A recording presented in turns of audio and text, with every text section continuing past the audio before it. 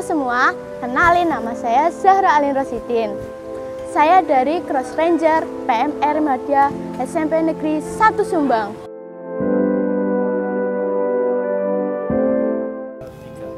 Pada kesempatan kali ini, saya ingin berbagi informasi betapa pentingnya donor darah.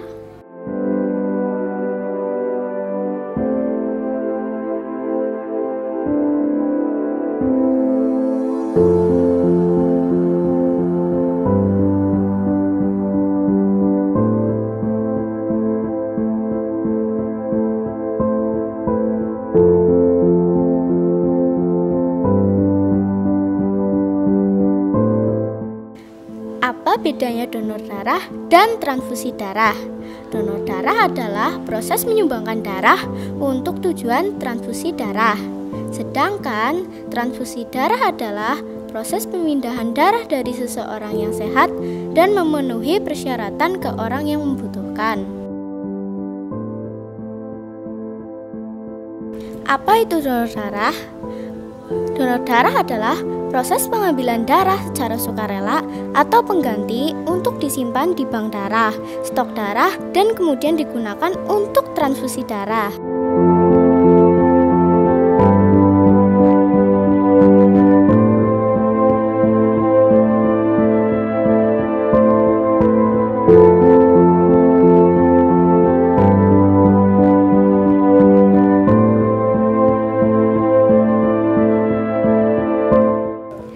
Darah yang dipindahkan dapat berupa darah lengkap atau komponen darah.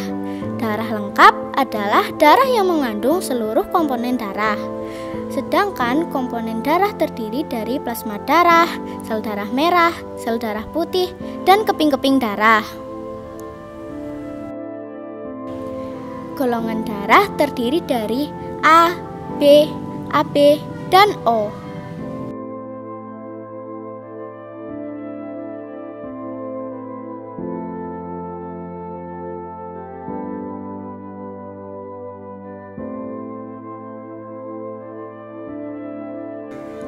Nah, teman-teman harus ingat loh, darah yang telah diambil harus mengalami pengujian untuk memastikan bebas dari penyakit menular seperti HIV atau AIDS, hepatitis, dan sifilis. Setelah itu, darah disimpan untuk menunggu digunakan.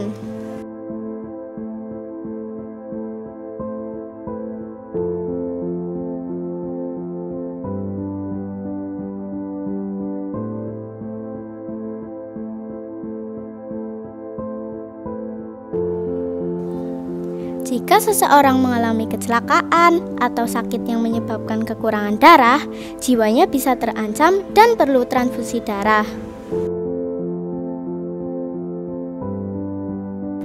Menurut cara diperoleh, donor darah dibagi menjadi dua loh, yaitu donor darah sukarela dan donor darah pengganti. Donor darah sukarela adalah donor darah yang dilakukan secara sukarela tanpa mengetahui untuk siapa. Nah, untuk donor darah pengganti adalah seseorang yang diminta untuk menyumbangkan darahnya kepada seseorang dan dia tahu untuk siapa.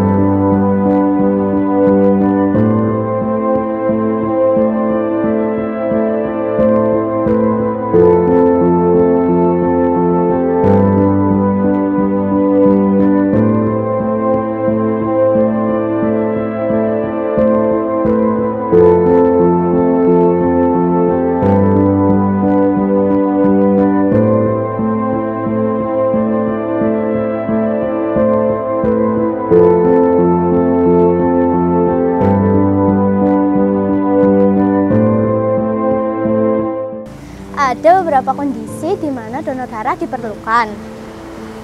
Yang pertama yaitu untuk orang yang menjalani prosedur operasi yang besar perlu mendapatkan donor darah untuk menggantikan darah yang hilang selama operasi. Yang kedua yaitu untuk orang yang mengalami cedera serius seperti kecelakaan dan bencana alam. Yang ketiga yaitu untuk pasien yang menderita kekurangan darah seperti anemia, hemofilia, dan untuk pasien demam berdarah. Teman-teman, tahu nggak aku lagi di mana? Tada! Aku lagi di unit donor darah Kabupaten di Banyumas. Kalau warga Banyumas, di sini nih tempatnya.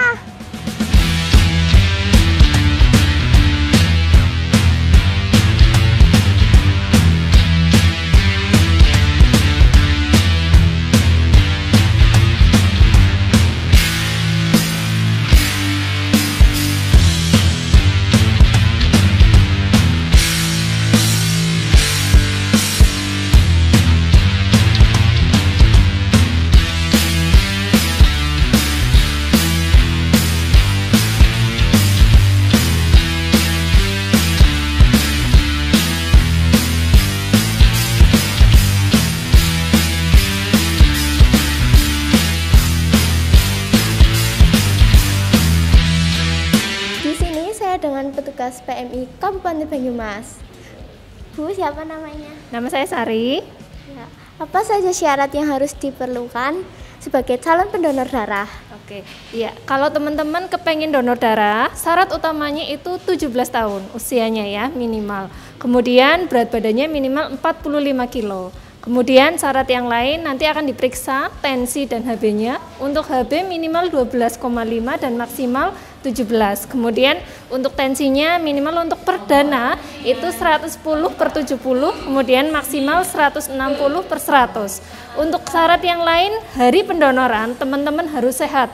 Tidak boleh sakit, batuk, flu, pilek, diare, dan tidak boleh minum obat, terutama untuk obat yang biasa 2 hari. Untuk antibiotik itu 1 minggu dari terakhir minum obat baru boleh donor. Untuk yang punya penyakit berat, jantung ataupun penyakit yang lain itu dianjurkan untuk ditunda dulu.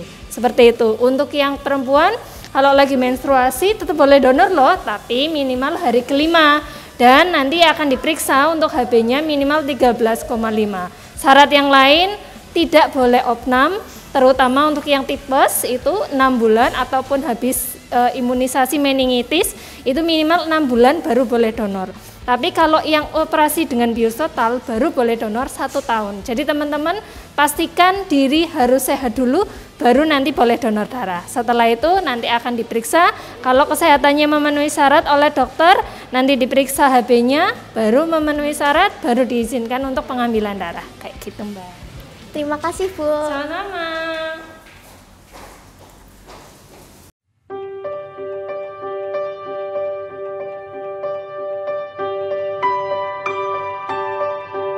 Jika teman-teman sudah memenuhi syarat untuk donor darah, yuk simak tahapan-tahapan dalam donor darah. Yang pertama yaitu tahap registrasi. Pada tahap ini, calon pendonor darah diharuskan untuk mengisi formulir pendaftaran dan kuesioner kesehatan petugas UTD PMI.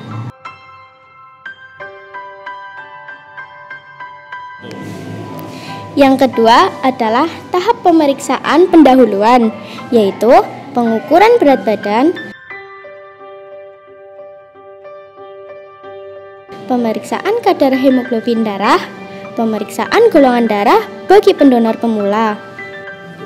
Yang ketiga, tahap pemeriksaan kesehatan oleh dokter, yaitu anamnesis atau riwayat kesehatan, pemeriksaan tekanan darah, pemeriksaan fisik sederhana.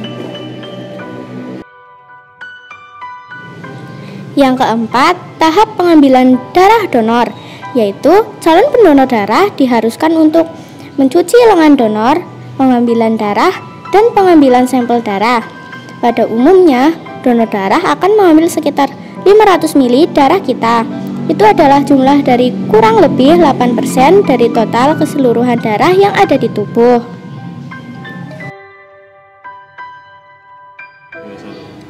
Yang kelima adalah tahap administrasi.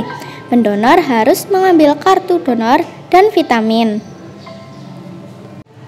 Nah, yang terakhir adalah tahap pemulihan, yaitu pendonor dianjurkan untuk mengangkat lengan yang diambil darahnya kurang lebih 2 menit. Kemudian beristirahat kurang lebih 10 menit sambil menikmati menu donor yang disediakan oleh UTD PMI.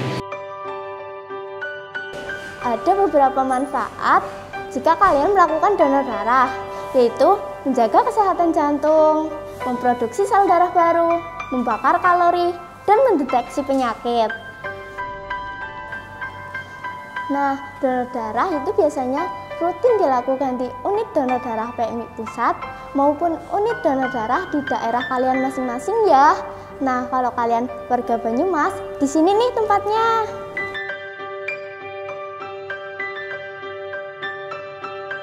Teman-teman anggota PMR Madya tetap menyiapkan diri untuk menjadi donor darah sukarela, serta mengajak keluarga, guru, dan orang di sekitar.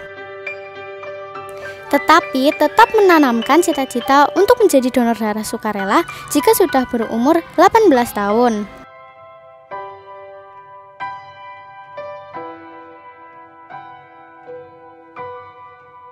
Kita juga bisa berkreasi membuat souvenir dan dikirimkan ke PMI cabang untuk dibagikan kepada orang yang sedang mendonorkan darahnya.